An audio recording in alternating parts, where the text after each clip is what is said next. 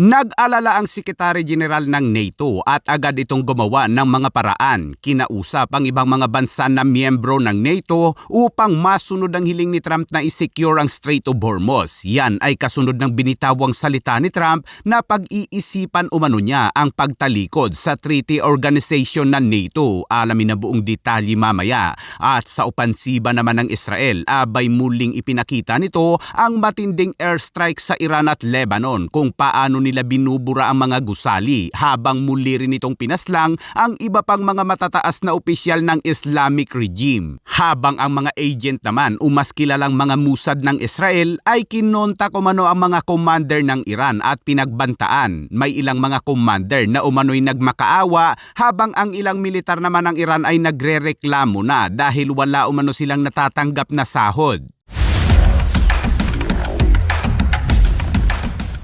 Sa update sa patuloy na giyera sa Middle East, ipinasilip na ng US Central Command ang kanilang pagbomba sa isang underground bunker ng Iran na malapit sa Strait of Hormuz. Kinumpirma din ng CENTCOM na ang kanilang ginamit na bomba ay ang GBU-72 na Deep Penetrator Bunker Buster. Hindi lang isa, kundi marami. So meanwhile, the U.S. dropping 5,000-pound bunker buster bombs targeting underground Iranian missile sites near the Strait of Hormuz. Samantala, matapos banata ng NATO chief ang ilang European kaugnay sa pagtanggi sa hiling ni Trump, abay sinubukan ng NATO chief na pakiusapan ang iba pang mga miyembro na tulungan si Trump sa pag-secure sa Strait of Hormuz.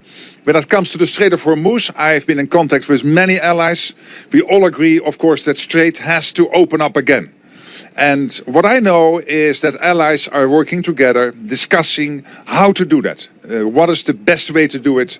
They are working on that collectively to find a way forward. Tila nag-alala ang NATO chief na si Secretary General Mark Rutte dahil sa binitawang salita ni Trump sa isang media interview kung saan sinabi nito na pag-iisipan umano niya ang pagkalas sa NATO at hindi rin umano niya kailangan ng pag-aproba ng Kongreso upang kumalas sa samahan. Are you rethinking the United States' relationship with NATO possibly getting out?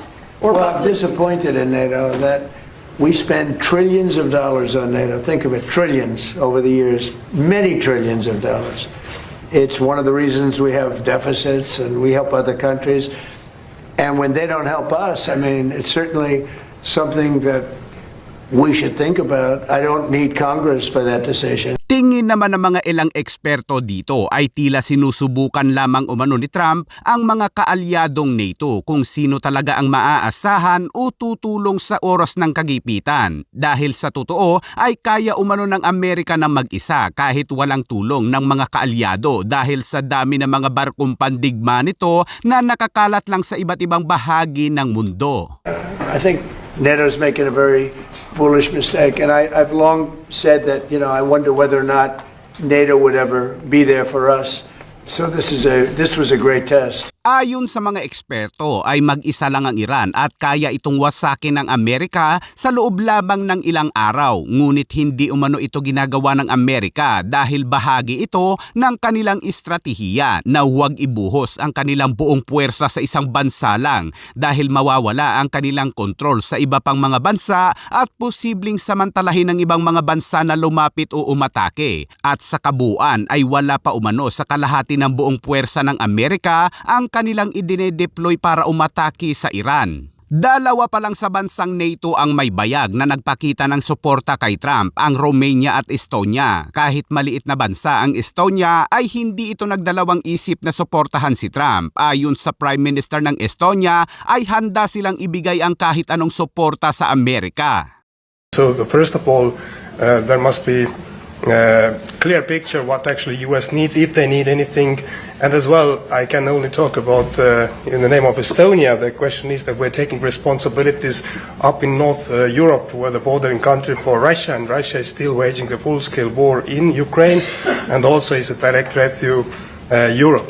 So we take full responsibilities there. We're a small nation, but also we have some maybe specific capabilities. We will be ready to offer if there is a need for any kind of support to US or to free world countries as a coalition. So let's see what is going to happen, but Estonia is always ready to support our allies. Una nang nagpahayag ang Japan na hindi ito magpapadala ng mga barko dahil sa mga kadahilanang may kaugnayan sa kanilang Japanese law. Pero sa ngayon, ang Prime Minister ng Japan na si Sanae Takaichi ay dumating na sa Amerika upang makipagpulong kay US President Donald Trump. Sa ngayon ay matigas pa rin ang United Kingdom, Germany, France, Poland at Spain at ayaw suportahan si Trump habang inalis na rin ng Spain ang kanilang ambassador sa Israel bilang pagkondena sa mga pag-atake ng Israel. Samantala, sa update naman sa patuloy na opensiba ng Israel matapos nitong paslangin ang top security official at ilang mga commander ng Iran, abay agad na namang nasundan yan kung saan tinodas nito ang intelligence minister ng Iran na si Ismail Khatib. News that Ismail Khatib, Iran's intelligence minister, was killed in a precision strike overnight. Khatib was responsible for managing Iran's global cells, these sleeper cells in countries around the world that even threatened U.S. politicians and President Trump. Hawak ni Khatib ang buong intelligence ng Iran at siya rin ang pasimuno ng pag-shutdown ng mga internet sa Iran upang hindi umano malaman ang mga nangyayari sa loob ng kanilang bansa at maiwasan ang mga panghahaking ng Israel. Ngunit kahit anong gawin ito ay tila hindi pa rin ito umubra sa mga Mossad ng Israel. At speaking of Mossad, ay pangalawa na ngayon ang Mossad sa listahan ng pinakamahuhusay na intelligence spy sa buong mundo habang nangunguna naman ang CIA ng Amerika. Habang iniulat naman ng Wall Street na nagpapanik ngayon ang mga opisyal at mga commander ng Islamic regime sa Iran kung saan tinawagan umano ng mga Mossad ng Israel ang mga commander at binagbantaan na isusunod sila sa kanilang amo kapag sinaktan nila ang mga Persyang nag-aalsa. Sinabi ng Wall Street na nakakuha sila ng mismong record ng convo ngunit hindi umano inaprubahan ng Mossad na ilabas ito sa publiko. Dagdag pa ng Wall Street, ang ibang mga commander ay nakikiusap sa mga Mossad na huwag silang targetin, sa halip ay tulungan umano sila. Sinabi din ng Wall Street na ang iba umanong mga militar ng Iran ay nagrereklamo na dahil hindi pa ibinibigay ang kanilang mga sahod, habang ibinabahagi naman ng mga Persian sa Iran ang kalagayan ng mga militar sa Iran kung saan makikitang sa kalsada na lang nagbibihis ang mga ito dahil inubos ng Israel at Amerika ang kanilang mga outpost at base. Habang ang iba pang mga militar ay hindi na rin umano ginagampanan ng maayos ang kanilang trabaho at patambay-tambay na lang ang mga ito. Sa isa pang kuha ay inihayag ng isang Persian ang mga militar na sa eskwelahan umano nakatira. Napakamalas naman ng isang ito dahil habang nagre-relax sa gilid, abay binomba ito ng Israeli Air Force. At speaking of Air Force, abay namataan ng Israeli Air Force ang 5 pang Air Force ng Iran kaya't binigyan ito ng isang bomba. Wala nang silbi o parang mga display na lang ang mga Air Force at Navy ng Iran ngayon dahil wala naman silang magagamit na mga fighter jets at barko dahil ang kanilang mga assets ay ginawa na ng Israel at Amerika na kalakal at pakapitan ng tahong sa ilalim ng dagat. Tinarget din ng Israel ang isa sa pinakamalaking natural gas field ng Iran at dahil dito ay sobrang nagalit ang Iran at nagbabala ito sa mga karatig bansa na asahan ang kanilang matinding ganti. این هشدار قاطع و خط و نشان برای جنایتکارانی است که تعرض به بخشی از زیرساخت‌های سوخت و انرژی ایران در جنوب کشور داشتند. در نتیجه این اقدام زیرساخت‌های سوخت، انرژی و گاز مبدأ تهاجم در اولین فرصت در آتش می‌سوزد و به خاکستر تبدیل می‌شود. At kinagabihan, abay muling ang nagpaulan ng missiles ang Iran at kabilang sa mga tinamaan nito ay ang malaking oil refinery ng Qatar. Tila ibinuhos ng Iran ang ilan sa mga natitira nitong missiles at drone dahil sa kabuuan ay umabot sa 65 missiles ang kanilang pinakawalan at umabot sa 240 attack drone. So ibig sabihin mga kabayan ay marami pa talagang dapat sirain na launcher ang Amerika at Israel. Galit na galit naman ang Saudi Arabia dahil tinamaan din sila kaya't nagpahayag ito na may karapatan umano silang umatake sa Iran dahil sa sobra na umano ang ginagawa ng Iran sa mga karatig bansa nito. Doesn't believe in talking to its neighbors. It tries to pressure its neighbors. And what I can say categorically, that's not going to work. The kingdom is not going to succumb to pressure. And on the contrary, this pressure will backfire. Will backfire politically, will backfire, I believe, morally, and certainly, as we have stated quite clearly, we have reserved the right to take military actions if deemed necessary. Habang nasaksihan din sa mga karatig bansa ang mga jaw-dropping na missiles and drone interception.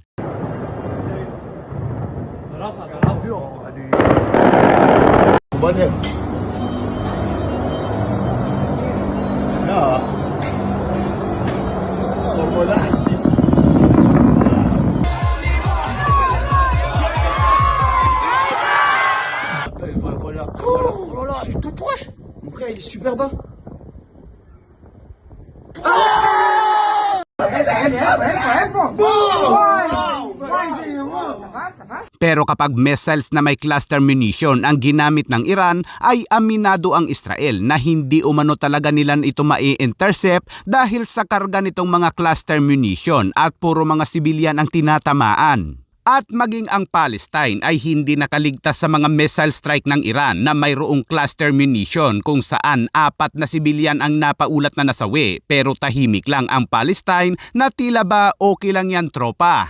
Patuloy pa ring humahagupit ang Israeli Air Force at tinarget nito ang mga nagche-checkpoint na militar sa Iran habang ipinasilip din ng Israel ang kanilang matinding atake sa Hezbollah sa Lebanon.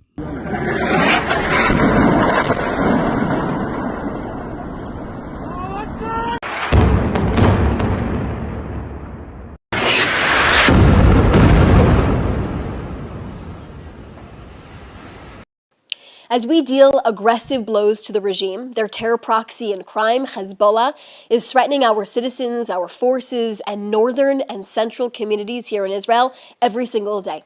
Since Hezbollah chose to attack us, the IDF has conducted more than 1,100 strikes on them, including 190 strikes targeting the Radwan force, more than 200 strikes on missile and launcher targets, and hitting 35 command and control sites. Hezbollah will continue to pay a heavy price from attacking our people and our sovereignty, while they also continue to hold the people of Lebanon hostage.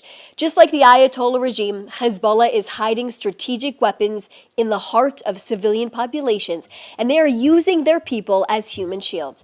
Iran dragged Lebanon into war in order to protect itself. Hezbollah has revealed its true face as a defender of Iran and the Ayatollah regime, not a defender of Lebanon. The people of Israel continue to show their resilience as they are strictly following the home front command instructions, entering the protected space time and time again. Adhering to this protocol, Israelis know they are saving lives and giving the backing and breathing room to achieve the goals of this very important operation. At dagdag na balita mga kabayan, sa West Philippine Sea naman, abay nagkabanatan ang China at Philippine Coast Guard sa Scarborough Shoal. Nagkabanatan sa radyo. This is the PLA Air Force. You are 24 kilometers from the territory of the state of China Oriental. Stand close here, otherwise you will be transported. This is Philippine Coast Guard Aircraft PCG 2081, and we are conducting routine maritime patrol. We are at 100 nautical miles west of Zambales over Philippine Exclusive Economic Zone.